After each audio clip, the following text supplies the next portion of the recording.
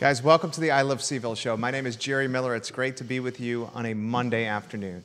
I certainly hope the weekend treated you well. We're so excited to start this week because it's another 5 days of us to spotlight Charlottesville and Central Virginia and all the fantastic people that make our community wonderful. And I think Tom Powell, our guest, certainly epitomizes those tendencies and those qualities and characteristics. He's going to join us in a matter of moments. We're going to spotlight Toy Lift Charlottesville.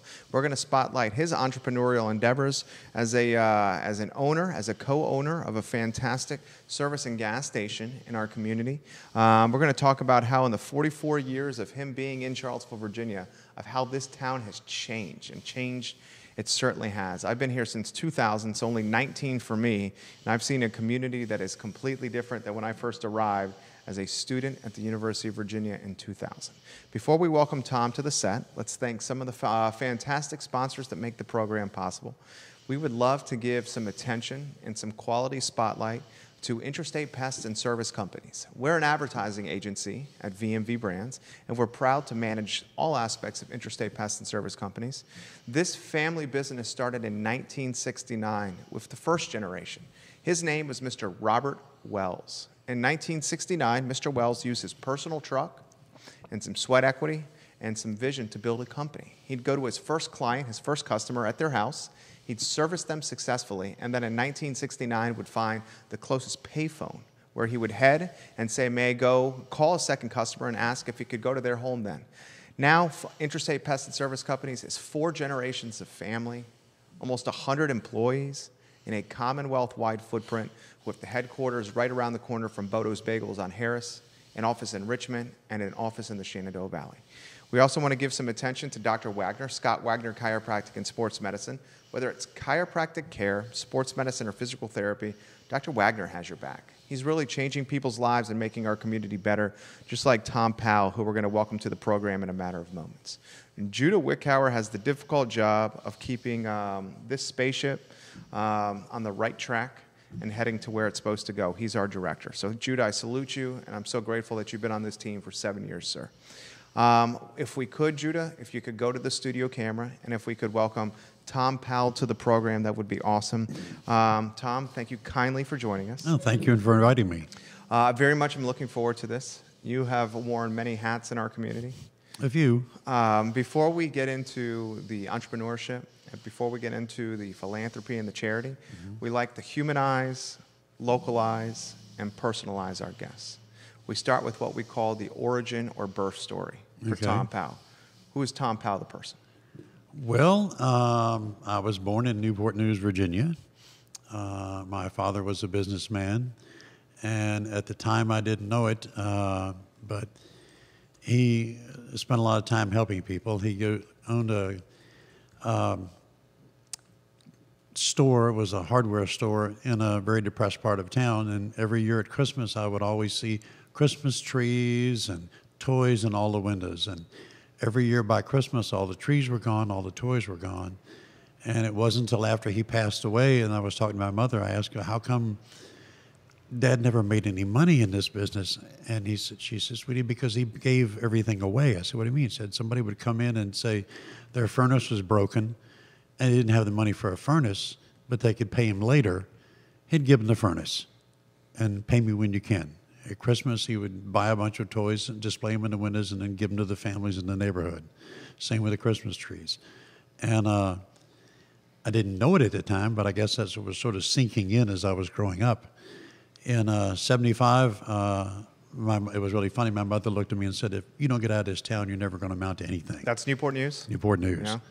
So I literally took a map out, closed my eyes, stuck my finger on it, and looked down. I went, I don't know what that is. What's this red dot? Charlottesville. Let's go check it out. Wow. So I got in the car and drove up here. 2.5 hours. Yep. I grew up in Williamsburg. Yep. I know the Hampton Roads well. Oh, yeah. Yeah, you know all about the Busch Gardens and all that stuff when it was just a jungle and Was Newport News bad news then, or was it still? It was still. It was a nice place. It was still, and it's all military town down there. I mean, everything is all revolves around the military. I've gone back since and gotten lost because they had built a whole bunch of new roads, but it was a really nice area. I just needed to be out on my own, okay? And I came up here and looked around and said, yeah, it's just kind of nice. And went to a couple of places looking for a job, and then walked into one and talked to the guy and asked for the job and showed him my credentials and everything. And he first told me he didn't have any openings, and then he looked at me and said, can you start Monday? Tell him your certifications. Yeah. And where you walked in. Well, I walked into University Exxon, a fellow named Ed Wyant, and it was funny. I had long hair, and I had it tucked up behind my hat, and I asked him if he had any openings, and he said, well, not really. And I said, well, if you do any, here's my resume. I've got a Master Tech in Ford, Chrysler, and General Motors, certified in Jaguar, Mercedes-Benz, and Datsun, because it was Datsun at the time. And he said, kind of looked at me with his puzzled look and said, can you start Monday? And I went, sure. So I literally drove back to Newport News, loaded everything I had in a rented truck, and came up here and started to work on Monday. Found an apartment, started to work on Monday. How old were you? Oh. This is 44 years ago. Yeah, I was, still back in the 20s, so. How about your apartment? It was, I'm trying to remember, I remember it was a one-bedroom, I want to say off of Rio Road somewhere. Okay, so north of Charlottesville. And north of Charlottesville. And I know when I came in, I took the first Charlottesville exit I saw, which was Fifth Street. Okay. I live in Redfields. I know that Fifth Street exit well. And I remember driving up there and driving around. It was an interesting day because I made the mistake of coming down through the university. And back then, the only sign they had on the 14th Street Bridge was a sign on the bridge. No lights, nothing that said, low crossing. So I proceeded to run my rented truck into the 14th Street Bridge. And it was the first time I almost got arrested because the police lady was laughing, and I didn't think it was very funny. Right. You do damage to that truck? Oh, yeah. It cost me like $1,600. Oh. And plus my stuff got wet because it was raining.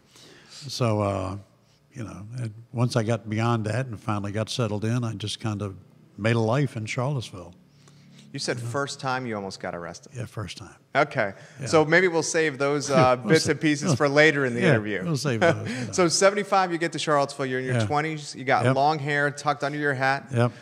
You're trying to look clean cut. Oh, yeah. You're going in looking for a job. Yep. You find a job essentially on your first day. Yeah. And then you start your career in Charlottesville, Tom.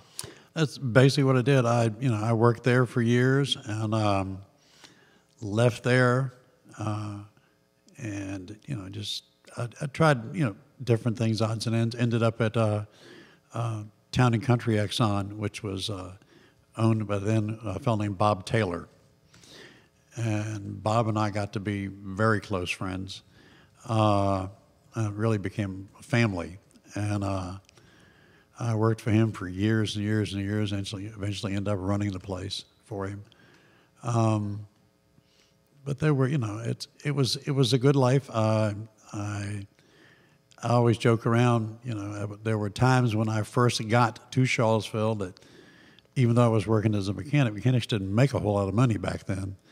And, I eventually got to the point where I couldn't afford the apartment. So when I first went to work for Bob, I was sleeping in my car. Get out. And I remember he came to me one day and he looked at me and he said, I'm not trying to embarrass you. I said, okay. He said, are you sleeping in your car? And I went, yeah. He tossed me a set of keys. He said, here's the keys to the station. At least sleep in the building. You slept in the car in the parking lot of the gas station. Of the gas station. So at least you were always on time. Yeah, I was always on time. And so I did that, and like I said, Bob Taylor made an impression on him. In fact, our middle child is named after Bob. We named him Robert after him.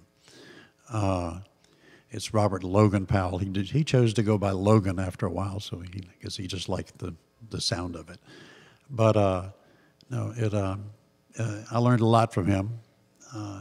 It's that time in your life when you're in your middle to late 20s where the brain is still coming on, and you're learning things that you shouldn't do, and learning slowly getting to the point where you know when to open your mouth and when not to. So. Ray Cadell's watching the program right now. He says, Tom and I go way back. Tom Powell is a first-class human being. Earl Grey Jacobs, welcome to the program. Guys, if you could give it a like and a share on any of the 7 Facebook pages you're watching, just like Caleb Hall has done, like Tony Morris, like Mike Hall have done. We're going to spotlight Tom Powell for the next 45 minutes or so. Welcome Bruce Duncan to the program. I'm curious about this. I'm very much, we have a lot in common. I work about 70 hours a week. Wife and son are tied to what happens in these 4 walls in this building. Yep. My wife is doing payables and receivables and project management while keeping our son alive on computer on one knee, 16-month-old on the other knee. Yep.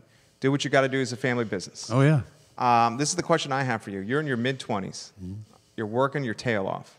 Do you have any time for play and fun? And if so, what does play and fun look like in the mid-70s in Charlottesville, Virginia? Well, back then, it was a lot of working.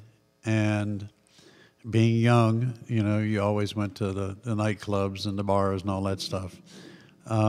Before I came to Charlottesville, my passion was, drag racing cars at racetracks and stuff, because I learned street racing didn't work. Because my grandfather was police commissioner, and it sort of got to the point where I couldn't do anything without my parents knowing it before I got home. And I always joke around with my kids. I would tell them that that I had it easier when I was growing up, because if I got caught with beer in the car by a policeman, they would make you pour it out and then take you home to your parents. And I used to joke around. I would beg them, "Don't take me home. Just take me to jail. Do not take me home. I don't want to go home to my parents. Take me to jail." But I mean, it's a different world, now. Right. I know when I first got to Charlottesville, I told you could literally, when the university shut down for summer, you could lay down in the middle of 29 and go to sleep and not get run over, because it was from Hydraulic Road north. There was nothing, it was woods. It was one Amoco station, and then you were in the country. What were some of the watering holes you'd go to? What was around then? Any still active? No, I don't think there's anything that's still there. I think there was one called the Mine Shaft. Yeah, Mine Shaft. Heard so much about the Mine Shaft. We would go down there, and it's like most of the bars. They started out as fun, but then times began to change, and people started acting like they shouldn't. So once that started. And plus, as you get older, you think, I don't need to do that. I don't need to do that. You start to realize that there's more important things. And then you realize that you got to get up and go to work the next morning. You'd like to be able to see the car clearly, but it's a time in your life when you're learning. Especially for guys, because it seems to me like until you hit 25, we mature so much later. Your brain is not on. Right, right. 30 for me. Yeah, that's the way I was. When I got into my 30s, I only went, oh, wow. Like, I got to start figuring this out. Yeah, I got, oh, okay, yeah, all right, yeah. And I remember Bob Taylor looking at me. He said, one thing, he said, integrity. You have to have integrity. If you don't have integrity, it doesn't matter. And I remember things my parents told me, like, if my father told me, he says, if you don't think I'll do it, then you shouldn't do it. My father used to always say, no one can take away your integrity, but you could give it away. Yeah, true. And he just drill it into me. I mean, I remember it like it's, Yeah, my mother used to beat me over the head with the golden rule. Do unto others as you would have them do unto you. Me too. That's how we close this program every time, is with the golden rule. Yeah. Life would be so much better if we just embodied the golden rule. Yeah, it really would be. If with everything that's going on today, if everybody would just stop for a second and say, I wouldn't like that to happen to me. Amen. So Amen. why am I to do it to somebody else? It seems so obvious, but it's not a reality, though. Yeah. Well, I think that, and I told a lady I talked with this morning, I said, one of the problems with what's going on today is we heard from our parents and they heard from their parents that leave it better for your kids, make it better for your kids. We made it better for our kids, but we didn't make them work for it. We gave it to them. And that's the problem. Our parents didn't give it to us. They showed us that we could get it, but we had to work for it. And my generation, unfortunately, a lot of us gave, and then now the children, that's all they know, is that, what do you mean I can't have it? Why can't I have it? I wish that was the case for me, but I agree with what you're saying there. I wish that was the case for my upbringing. Let me throw this to you. You were a master mechanic. Correct. Is a mechanic, do all of mechanics have a dream of owning their own service or gas station? I think a lot of us did. Yeah. Some of us are very happy. I remember when I was a mechanic, I came from a different age. If you had a bad water pump, you took it off the car, rebuilt it, and put it back on. If you had a bad alternator, you took it off the car, rebuilt it, and put it back on. Now they design cars to where if a part goes bad, you put a new one on. Back then, we had to rebuild carburetors. Of course, they don't have carburetors now. But a mechanic was somebody who actually fixed something. And along the lines, they began to be known as technicians. I remember when the first computers came out in the early 80s, everybody was scared to death of them. Of replacing the mechanic? Well, yeah, no, of using them. Of using the computers on cars, and the computer on the car telling them what to do. And I used to tell the guys that I was trying to teach how to be mechanics, it's nothing more than another tool. It monitors. It doesn't actually fix the car. You know, it helps you. It makes it easier because it can tell you, rather than spending 3 hours looking at everything, it can say, this is what the problem is in this area. So you could go to that and look at it. So it made things easier, but it scared a lot of people. But as far as owning their own business, a lot of guys would like to own their own business until you find out what's involved in owning your own business. Until you realize how heavy it is, that head that wears the crown, how heavy the head that wears the crown actually is. Yes. Then you realize, I mean, I talk about this with Jude all the time. My wife sees this. You talked about this, that your first 5 years of running your gas station, that's right. You didn't see your family. I'm not seeing my family that often. I'm going to be here till 7:30. Got here at 7:30, and that's the norm. It was. I mean, I looked at my wife after being in business 5 years and said, I'm hiring a manager. She said, why? I said, because I have 3 sons, and the oldest one, I don't even know who he is.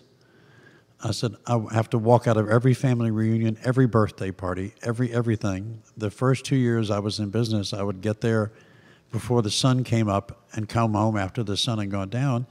And I would leave home before my children got up and come home after they'd gone to bed. I didn't know who they were. I didn't interact with them. And I told my partners at the time, I said, we're hiring a manager. We've got to. I said, I'm losing my mind. I know we tried the first couple of years of my wife doing the bookkeeping, and then I learned that was the fastest way to get a divorce you could ever happen in the world. It's so funny that you said this. Yeah. This is so similar. My wife used to work in the office with us, and it was not going to work. No. Okay, now it works better. She's at home and is doing everything she did in the office, but the space of being at home versus here has changed everything. Yeah, I know Beth joked around one time. She said, I married you. I didn't know I have to be with you 24 hours a day. Right. Well, and not only that, but like someone's got to be the boss. Yeah. And then like the boss in here doesn't necessarily play out like the boss at home. Yeah. Well, we decided, back when we first started, said, okay, here's the deal. I run the business. You run the house. I don't want to know anything that's going on. Don't talk to me about finances of the house. I don't care. I've got to worry about X number of employees and making sure I have loads of gas, the money to pay for the gas, the cars worked on, all this stuff. And, she would drop by every now and then.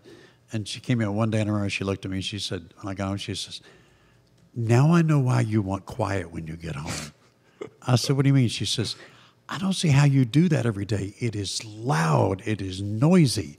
It is hot. I said, that's why when I get home, I want to take a shower and lock myself in a quiet room. And decompress. And go, okay, I'll come out in an hour and be normal, You got a lot of people watching right now. We got a lot of comments coming in. Dan Pennant, Bob Yarborough, welcome to the program. Tony Morris, my family also moved here, Bob, my family also moved in here, Tom, in the early 70s. So many of Tom's stories are so similar to my life stories. I look forward to working with the Toy Lift team this year in Crozet. You got a lot of people watching. This is an interesting question. Christopher Eagle, he's a real estate agent with Real Estate 3. Mm-hmm. He goes, a guy that was street racing and drag racing. Tom, what is your favorite car that you ever drove and raced? My favorite car in 71, I had a AA fuel rail dragster. Fastest I ever went was 220 miles an hour. That's not street legal, right? No. Okay. Now, the street legal car, my favorite street legal car was a 69 Chevy Nova. I had an SS 69 Chevy Nova with a 396 in it. And that was the one I would, unfortunately, do street racing with. And a cute story is I came home one evening because somebody had, I was young and stupid, somebody had run their mouth and wanted to race. So I came home and I, opened the headers and did some stuff to it and put on a set of slicks. And my friends and I pushed it out of the garage, out of the driveway, down the street, about a block away before we started it. Because it was so loud? Because it was so loud. Went out, raced a guy, won, came back, we pushed it back down the street, back in the garage. They left. I went inside, opened the door, got about halfway up the steps, and my mother's voice goes, "Did you win?" That's awesome. I thought I had a heart attack standing on the steps. I went, "Yes," and I just went right on to my room. What would you guys race for? Anything on the line? Well, just normally money. Pride? Oh, money? Pride and money. Yeah. The guys that back then would say, "I'll race you for your title." Nope, I ain't racing for my title. You love your car. I like my car. Something breaks and I lose, and no, you're not getting my car. But and back then it was different. If the cops caught you drag racing back then, they what the heck are you doing? And they'd take you home to mama. Now you're doing 3 to 5. Yeah, now you're going to jail. I mean, we had areas down there at the Nike Hercules base. We would go over there. This is Newport News. It's Newport News. And the guards would open up the fence and let us in because they had this long, like 3/4 of a mile stretch. They were side betting on you guys, and right? They were betting on us. Yeah. And we would go in there and race, and then we would leave. And I remember we had to be out by 11:30 because at 11:30, the cameras would come on and they would test the missiles. The ground would open up and the missiles would come up out of the ground. So we all had to be gone by 11:30. Oh, man. Different time. Yeah. Now what is that, like treason? Yeah, it was back unlawful entry? Yeah, and when I grew up, Langley Air Force Base, you could go out there and just drive through the gate and park and walk out and look at the airplanes and talk to the Air Force personnel. Now you can't get anywhere near the gate, So it was a different time. It was a lot nicer. We would go out in the boats. I joked around, told people I had a boat before I had a bicycle because I grew up right on the James River. But the James River down there is 5 miles wide, with aircraft carriers sitting in it. So it was a different time where, and we all talk about the good old days. Nobody locked their front doors, all those different things. Dan Pettit's watching the program. I want Jerry in the bucket this year at Toy Lift. What do you think, Tom? Dan, we'll talk about that later. Michael Guthrie says, what a great servant-hearted man on the program today. James Watson, welcome to the program. Give it a like and a share on any of the feeds you're watching. Beth, your wife, is watching right now. She says, hi, honey. Hi, sweetie. Tina Van Der Veer. Hi, Tom Powell. Liz Mike Chapman, they are watching. They say, hi, Tom. Give it a like and a share like Carrie Howard Wheeler has done. Welcome to the program. We were talking about your entrepreneurial pursuit. You and 3 fellas purchased a service station. Correct. Talk to us about it. Well, I was working for Gary Hicks at Greenbrier Service Center, and Tommy Brannett came to me and asked me, he said, would I be interested in going in with a service station with them? And I went and met with them, and we talked to them, and we said sure, and I went back and ruined Gary's day because I told him, I said, I'm buying a service station. And he said, what? And I said, I'm sorry. He said, no, it's great. I'm glad. I'm happy for you. And Gary and I have been friends ever since I worked for him. So we got together. We did all the paperwork. Back then, I don't know if it's true or not. Back then, you had to go to Houston for a month, which was right after my second child was born. So I had to leave my wife with a brand new baby and be gone for a month. And her best friend came and stayed with her. And Went down to Houston. That might be the hardest thing you've ever done in life. Yeah, it was. I did that one day. He said, "Well, you have to go now." And I go, "I can't go after." No, you have to go now. I said, "Okay." And I remember one day you were in Houston, and I woke up one morning. They said it was a tropical depression coming. I didn't think no big deal. Apparently, it became a tropical storm overnight. And I woke up and rolled over, threw my feet on the floor, and stepped in water. And I went, "Okay, I'm on the 3rd floor, and I'm stepping in water. What's going on?" It was rain coming in the wind all around the window, But that was the only exciting thing. The memories I have of Houston were, you think it's humid here? Worse. You don't know what humidity is until you go to Houston. It was like 95 degrees. Especially in a gas station. Yeah, in 95 degrees, you walk out the door and sweat, But no, it was great. I met a lot of good friends down there. I met, folks and people I'd never known. And then I came back to Charlottesville, and we opened the gas station, and just took off from there. And I did the thing. I knew that, like I told you, it was a neighborhood gas station. This was when Charlottesville was still small to me, because really, once you hit Hydraulic Road, there really was nothing north of Hydraulic Road. There was one other small Amoco station, and then the next thing was, 33. But I knew it was. I had that same mindset that my dad had, was taking care of. You're there to help people. It's a service station, so that's what you're there for, is to serve the customers and making sure you get their cars fixed. You get their cars fixed right. I always went with a philosophy that if we can't fix your car, I'm going to send you to somebody I know that can, and it's going to take care of you. And I think that was one of the reasons we had a lot of folks coming back, because, we would tell people, well, we have an idea what's wrong with it, but we're not sure. But if you take it to this person, I'm sure they can get it fixed for you. And they would go, "Yeah, he did a great job." And again, they still. You were honest. Yeah, they come Golden back. rule. Yeah, I treated people the way I would want to be treated, and I used to, customers used to tell me, "How come you're not driving a new truck like so and so at that gas station?" I said, "Because I don't charge what he charges. I charge what I think is fair. I charge what I could afford." I know it's. I remember when we first opened up, we were selling about 2 million gallons a year in gas, and I could go back to my books and show you where each north of us developed, where each service station opened. Because the revenue dropped. The drop in volume.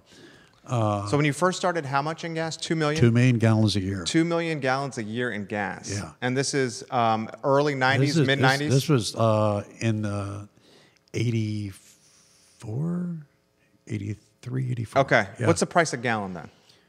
Oh, back then it was, I don't know, it was about $1 a gallon. Okay. So Yeah. you guys are doing 2 million in gas sales. Yeah. And that's before any of the work on the vehicles. Oh, yeah, I was before we worked on any cars or anything. Back then... Did they have food and snacks? No, we didn't have no added stuff. It was just... There really were no convenience store gas stations per se. It was just the nitty-gritty. Yeah, they were beginning to happen.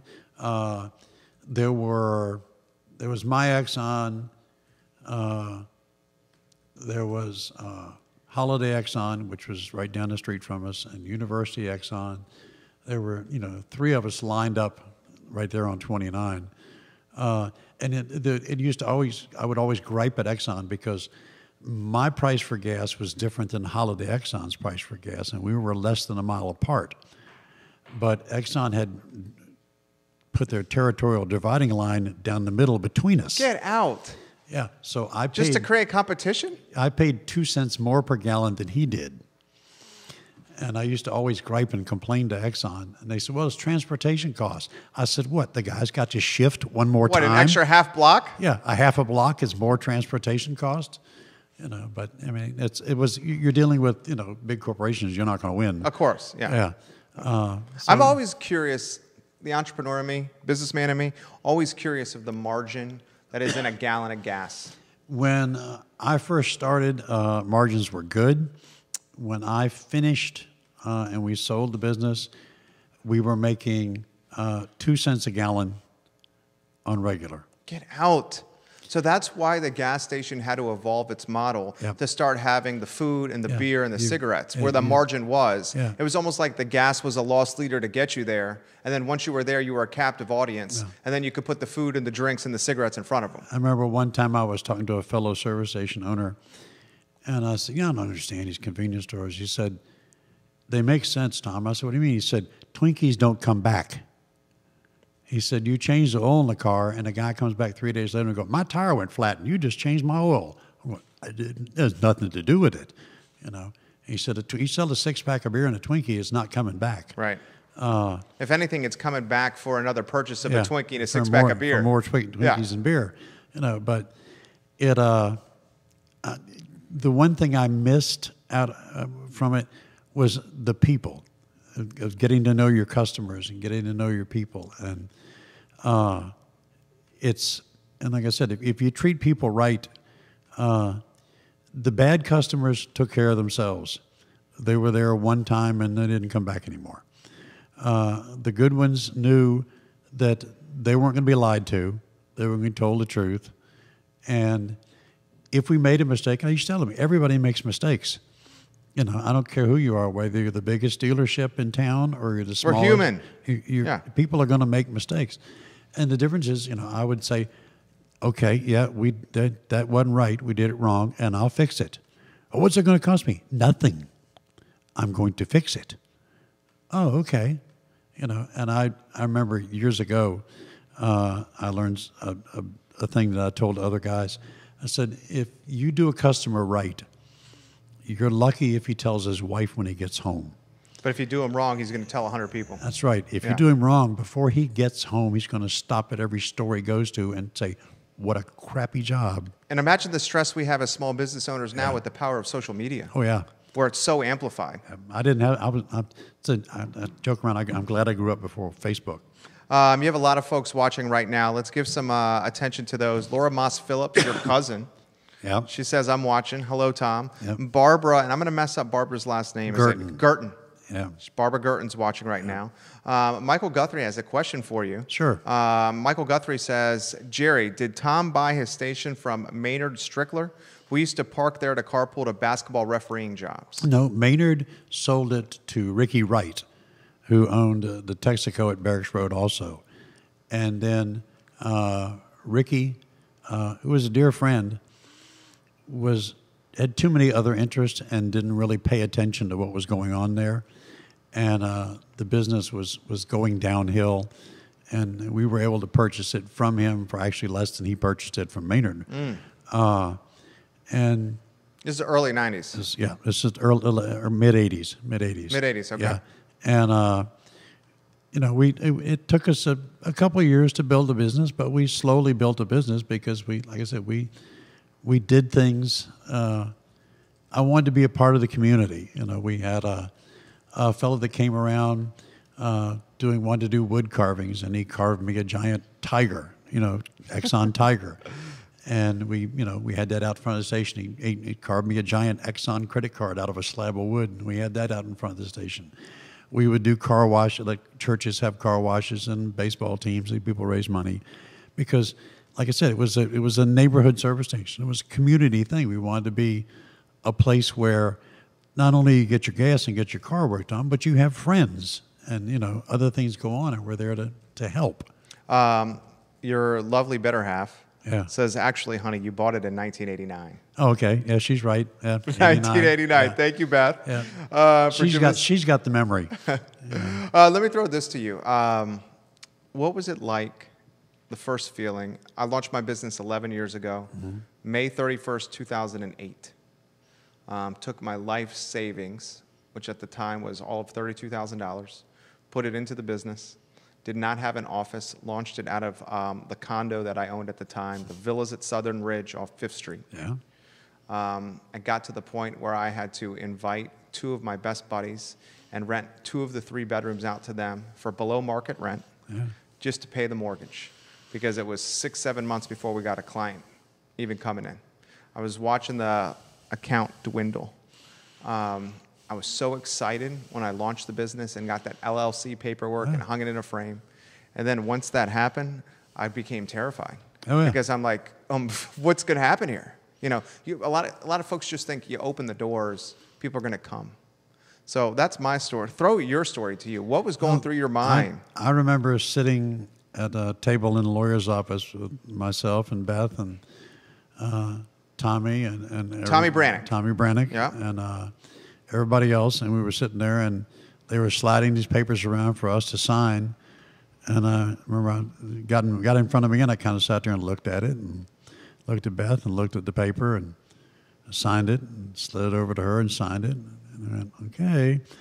And then we left, and I went, okay, there's no getting away from it now. We're in hock for up to our ears. Put that in perspective. Can I ask how much? Yeah, we signed for $1 million, you know, and I went, okay. 1989. Yeah. In debt, $1 million to a bank. Yeah. Gosh. And, what kind of interest rate? Oh, I don't even remember. It was 1% over prime, whatever that was at the time. And you already had a lot of skin in the game because you used a lot of your own capital. Oh yeah, everybody used all their own money, and I remember the first time we went to get a load of gas. Now, a load of gas was $9,000 or $6,000, excuse me, and that slowly kept going up and up and up and up. But I remember, that was every 2 days we had to get a tanker load of gas. So you had to manage cash flow well. Yeah, we had to pay attention to where the money was going, what you were spending on. There were things that, you know, as a former mechanic, that I wanted, but we couldn't get them, you know. And so as business grew, we began to, you know, improve things and change things. But you know, it's that worrying every night and sitting there at night going, why am I 20 cents short? Why am I 20 cents short? You know, and looking at it, trying to balance it, and going through it over and over and over, and you know, getting to the point where your head's ready to explode because you can't find a dollar. And it's not so much about the dollar; it's the principle or the concept of something in the system or the processes not running smoothly that keeps you up at night. Not the dollar itself. No, it's not the dollar. I used to explain to my employees, if we come up over at the end of the day, you're still the same. We didn't make extra money. Right. Something went out the door, and we don't know what it was. Right.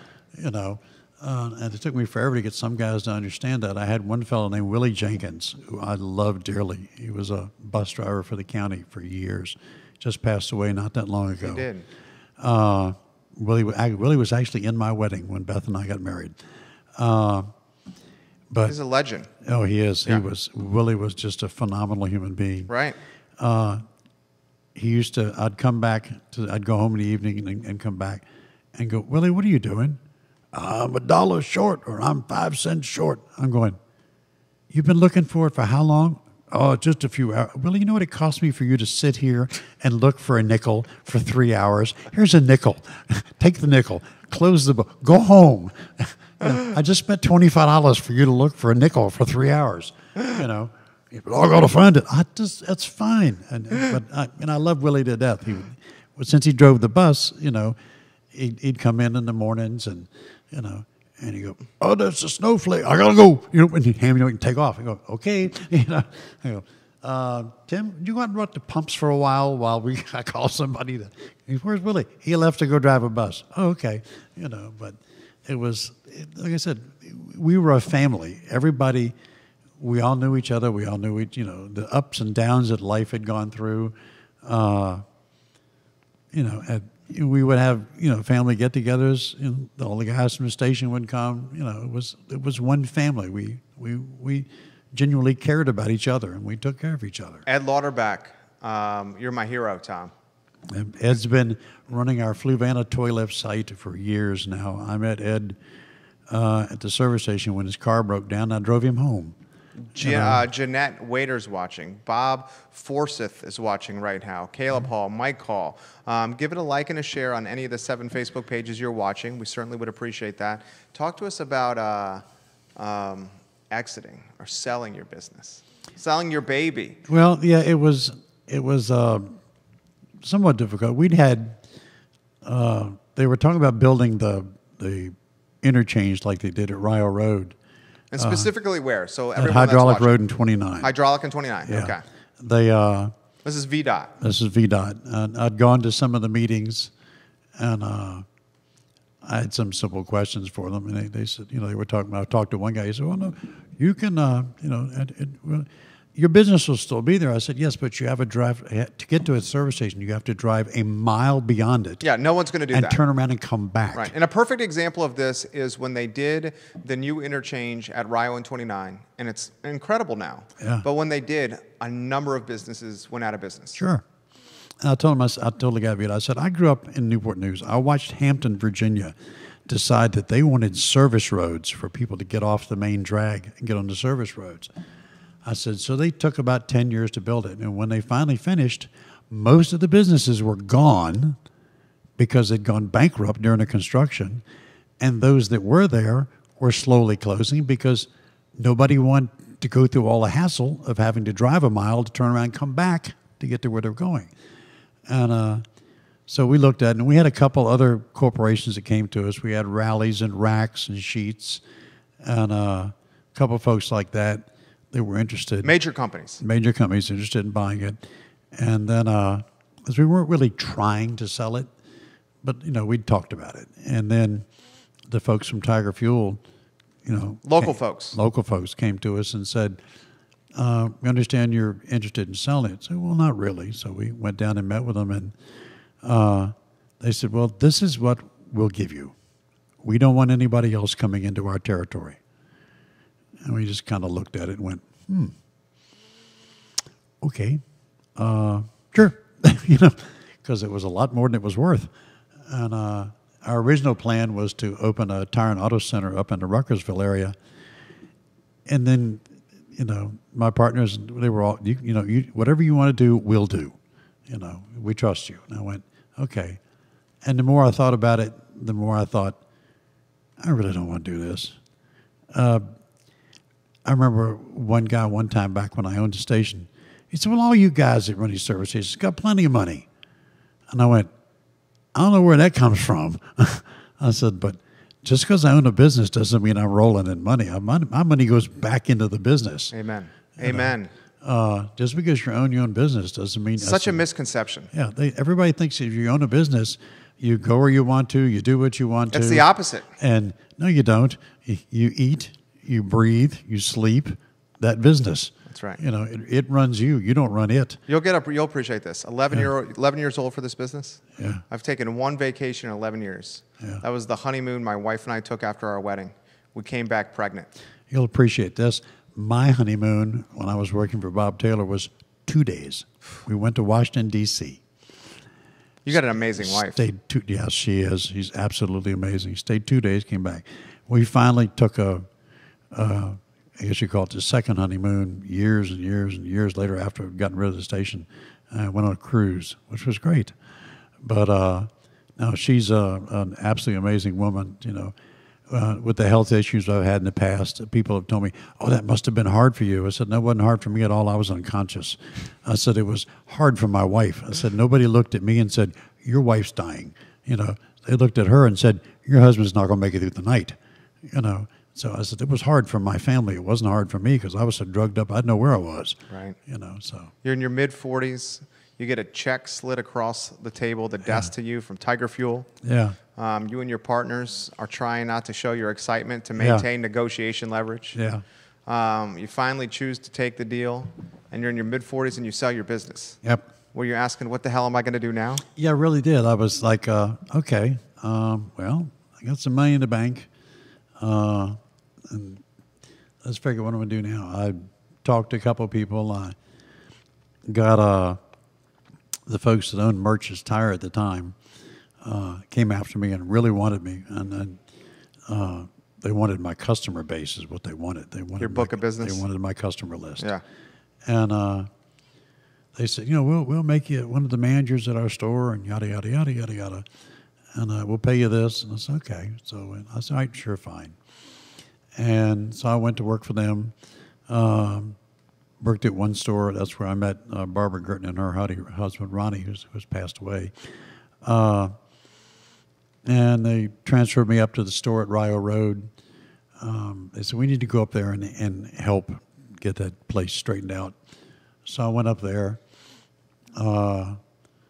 and was there for a while. Went back down to the store at Barracks Road where they had one there, and I enjoyed it, but I didn't like the business had changed, right? It wasn't personal anymore. It wasn't personal anymore. It was corporate, and I didn't like that. And so I sort of got out of that, and then really. Because for you, it's about is as much about the human connection and the people. It is as it is about making the vehicles better. Yeah, it's to me, it's really about taking care of the customer and the customer's needs. If you do that, everything else comes with it. It takes care of itself. Yeah, it's it's the simple things. You take care of the customer, and it's always overperform. Give them more than they ask for. Under promise, over deliver. Yeah, that's exactly right. And it's the way it works, and I see it in a lot of businesses. When my wife and I go out to dinner and the kitchen makes a mistake as to what we ordered, a lot of folks would, I'm not leaving a tip for her. Well, she didn't cook it. Right.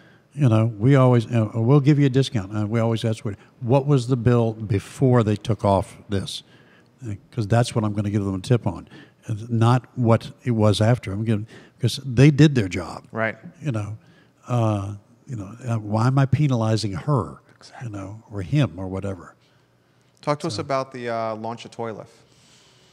The who, what, when, where, why. Well, I was sitting in a gas station, and I was complaining to a friend of mine named Bob Burns, who owned a radio station at the time called Foxy 92, which is long gone.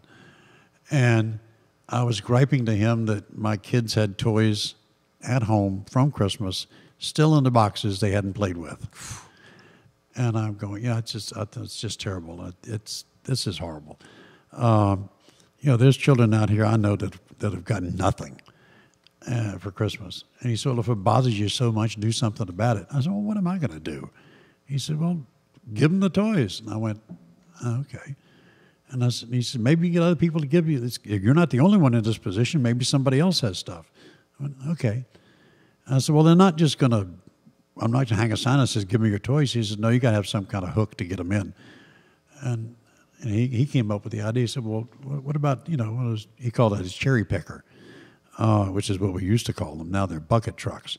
And I said, I don't know. And he said, well, sit on the Exxon sign like a flagpole sitter. So we actually got up and walked out to the Exxon sign, looked at it, and went, that's like 8 inches wide. I'm not sitting on that. He's on the roof of the building. I said, I'll fall off and break my neck. Right.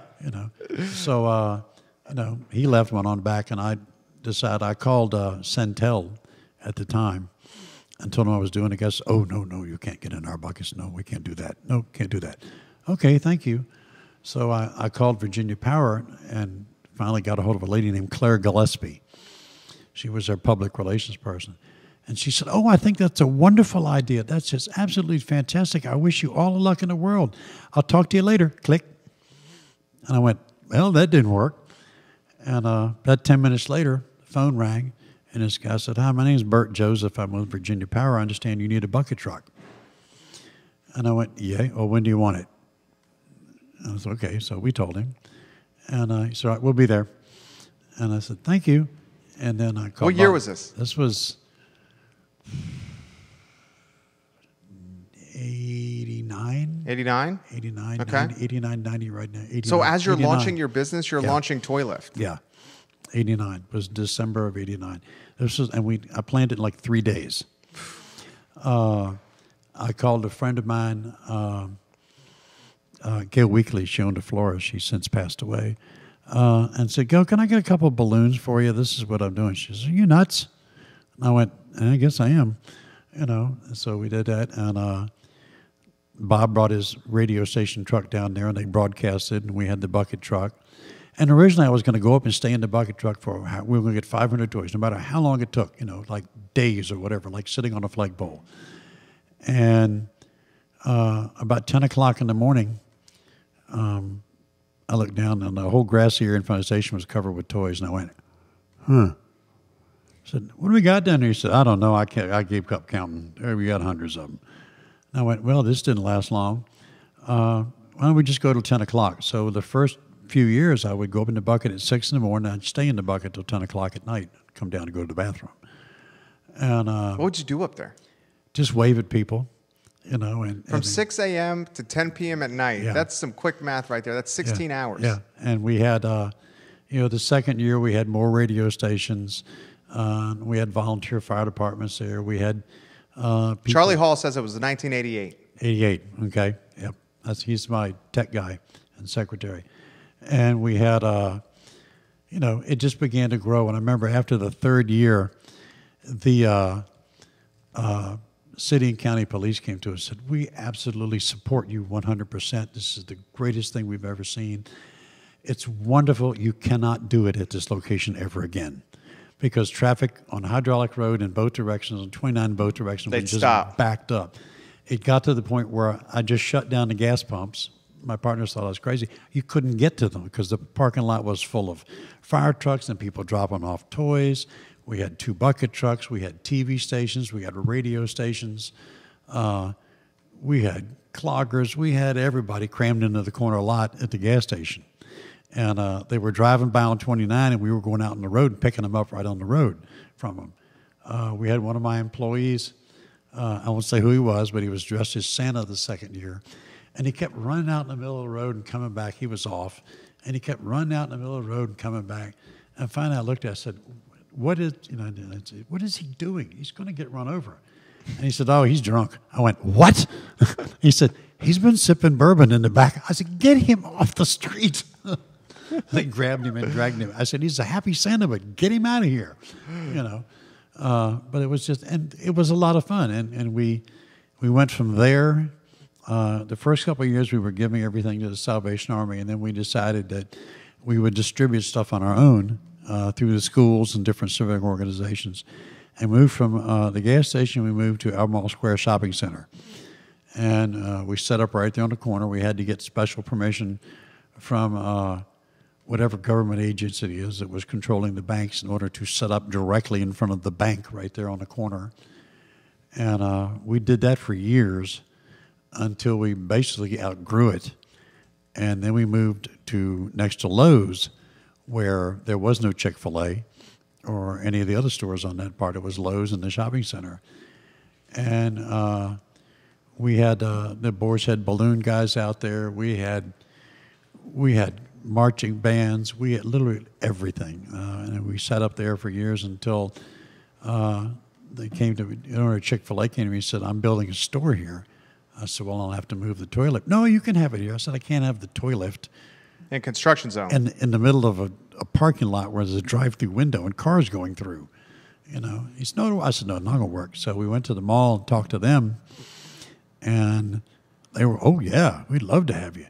And, for example, I think it was our last year at Albemarle Square, county police, he said, we really appreciate what you're doing. He said, but you got 5,000 cars a day coming through here. He said, we're going nuts. He said, you got motorcycles backed up to Barracks Road that are lined up bringing toys in. I said, yeah, I know. And, we collected like 500 toys the first year, 1,000 toys the second year, 2,000 toys the third year, 4,000 toys.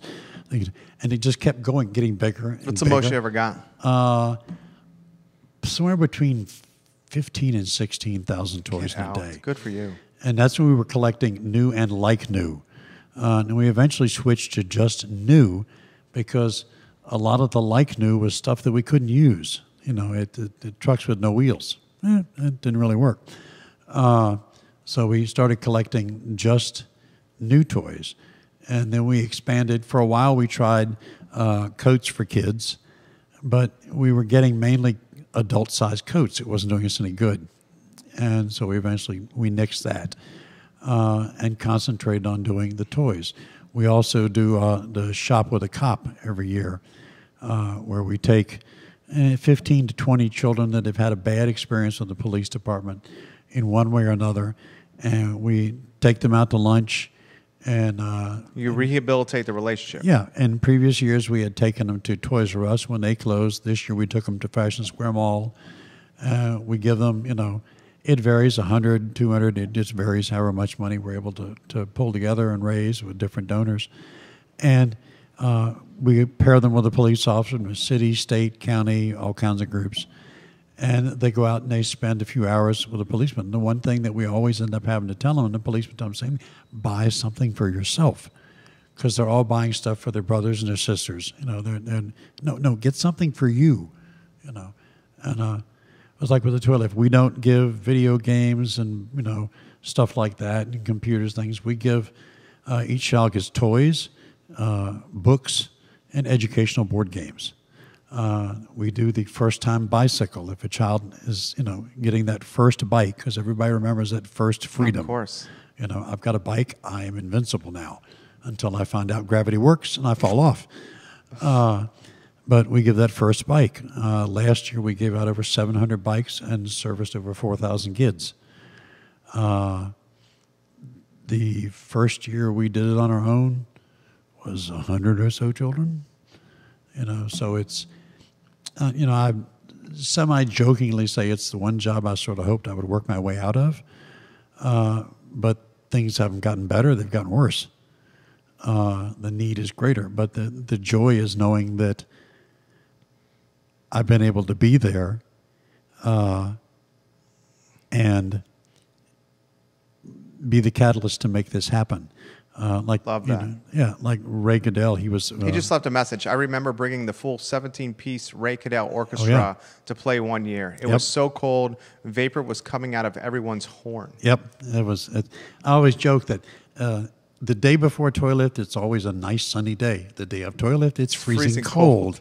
I could have the Toy Lift on July 4th and it would snow, but it's always been that. There have been some years. Our last year at Albemarle Square Shopping Center, Virginia Power, when they were still a sponsor, got the wonderful idea to bring a bucket truck called the Condor, which went 100 feet up in the air. Well, that morning when we got there, it was 6 below zero. Yikes. And 100 feet up, it was probably 15 below zero. And I was in the bucket up there, and my hands got so cold. Back then, we actually had a plywood platform with 2 telephones on it with like 6 lines on each phone. And that's how I communicated to the radio stations and to different people. And I had a cell phone back then. It was the old big bag phones, which looked like you were calling in an airstrike when you were holding that thing. And I was up there, and I went to pick up the phone, and my hands were so cold I couldn't feel them, and I dropped the cell phone. And that's, sailing down from 100 feet up, and I'm screaming. Heads up. Heads up. And Gail, who was there, looked up to see what I was yelling at, and it literally went right by her nose. Get out. It brushed her nose and hit the ground and just busted all to pieces. And I figured that hit her. That was like a 30-pound piece of, it would have killed her probably. And she said she picked it up, and I don't know I remember who I was talking to, and it was like just a bundle of wire, and she went, hello? And they went, yeah, I can hear you. And you go, it was just this wad of wires with a little speaker. We always joked around. We should have made a commercial for the cell phone companies. But that's amazing. I was up there for a few hours, and one of the guys called from below, and he said, how you doing? I said, I'm cold. My hands were really burning earlier, but they're fine now. I've gotten used to the cold. Okay. And about 2 seconds later, the bucket truck moved, started going down. I called him on the phone. I said, why are we going down? Just don't worry about it. You're coming down for a minute. And I got down, and these 2 guys in the squad unit walked over and said, let me see your hands. And I pulled the gloves off. He said, okay, come with me. I said, what? He said, you got frostbite, Tom, on your fingers. And that was when I found out that the treatment for frostbite is putting your hands in cold water. Oh. Which is like sticking your hands on a fire. Yeah. And it just, they said, you're done. You're not going back up. I said, no, I have to. And now, I always joke around, now that I get 5 minutes in the morning to start the Toy Lift. You guys rotate.